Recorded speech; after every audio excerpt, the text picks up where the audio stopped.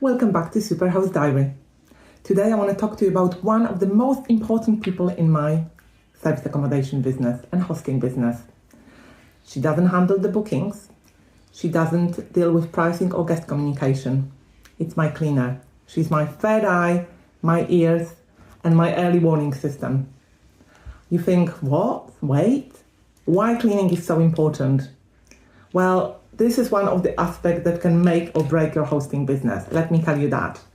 If you do not have a great cleaning team, you likely have received complaints from the guests and 1 or 2 star reviews. Obviously, we all know how important the reviews are, and majority of the guests do go with reviews when they book the place. I bet you do it too. I do when I look for something for myself or my family. So it's one of the crucial people that you need to make sure you recruit right when you start hosting.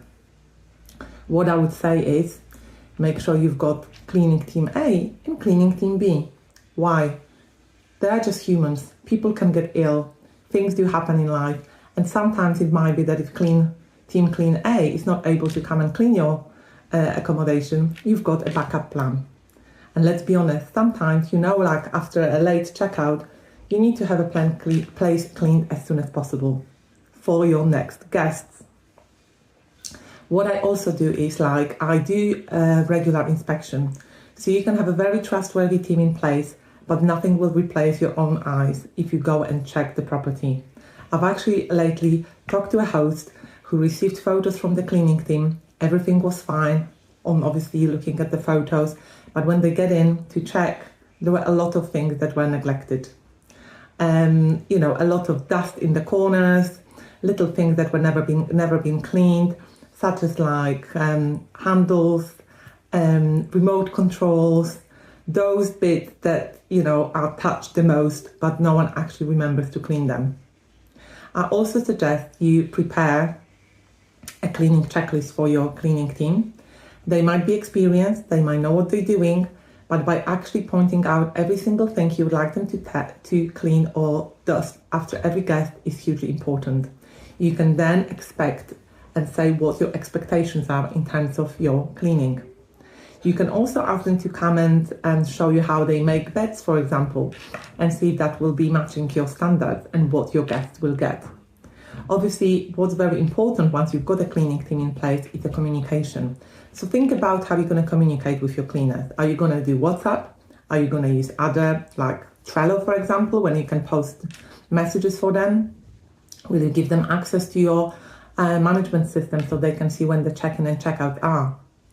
You need to have the best method that works for you and for your business. Obviously, the more units you have, the more complex the whole operation is.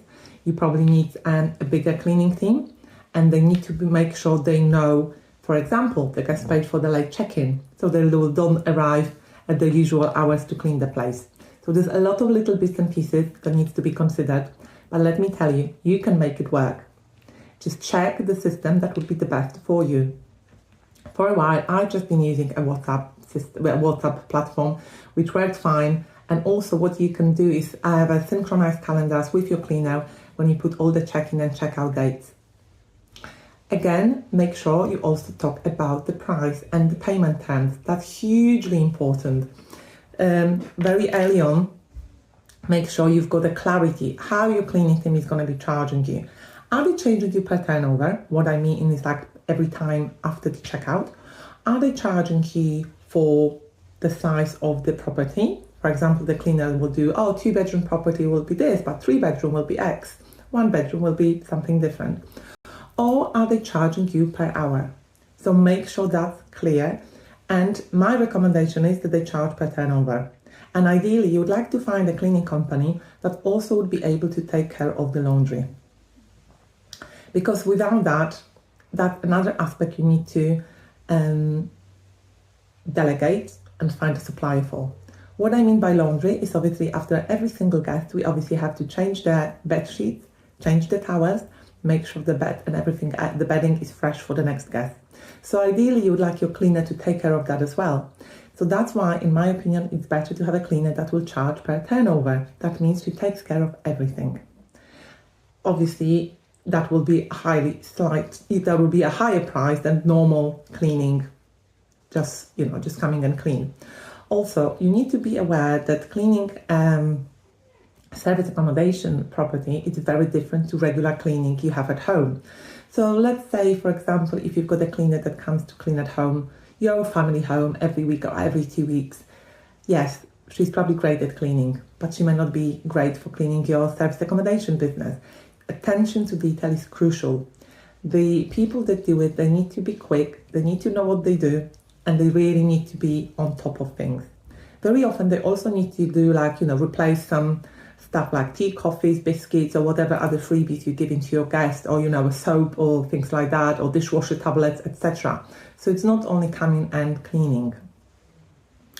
And as I said, very often now also you do have more and more demanding guests, or some guests that are a bit cheeky and they're trying to get refunds, so they literally will go with white gloves and try to pinpoint every single mistake. Obviously, let's not go into the silliness of it all. As long as the place is clean, smell nice, got a fresh bedding, it's good to go. I always ask my cleaners to take pictures and a little video after each clean. That also gives you some security, and if something do go wrong and the guest will claim, for example, I don't know, this particular vase wasn't on a table when we arrived, you've got stamped video or stamped photos, and then you can prove to the guest the vase was there before your arrival. If it is not there now, that means something must have happened.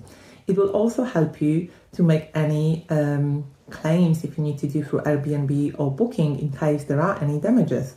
So it's highly important you've got this documented, okay? And obviously, don't forget about the regular inspections, which I also recommend. On the other side, if you see that the standards are slipping, that you've had some bad reviews and they mention the cleaning, and then you go in and you're not happy, don't leave it unattended. Don't just pretend it doesn't exist. You need to face the truth and reality. Go and talk to your company and say, I'm not happy with this, this and that, and things need to improve, or we say goodbye. Ultimately, you are the owner, you are in charge, you're giving them work, and little slip-ups, everyone can have a bad day, I get it.